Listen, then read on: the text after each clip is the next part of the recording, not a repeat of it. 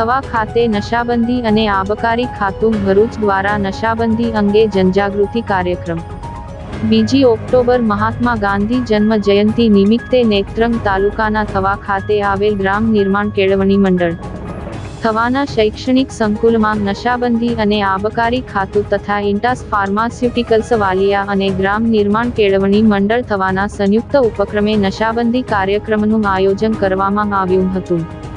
આ પ્રસંગે નશાબંધી અને આબકારી ખાતાના અધિક્ષક ભાવિન ચોલેરા, પીઆઈ અનિલ ગણાવા, મધ્યપ્રદેશથી પધારેલ ગાંધી વિચારક ડોક્ટર રાકેશકુમાર પાલીવાલ, ઇન્ટાસ ફાર્માસ્યુટિકલ્સના unit head Rameshkumar Gupta, HR Devendrasinh Kosada, સંસ્થાના મંત્રી માનસિંહ માંગરોલા, પ્રમુખ યોગેશભાઈ જોશી, ટ્રસ્ટી રાજેન્દ્રસિંહ માંગરોલા સહિતની શાળાના આચાર્યો, શિક્ષકગણની ઉપસ્થિતિમાં કાર્યક્રમનો શુભારંભ કરવામાં આવ્યો।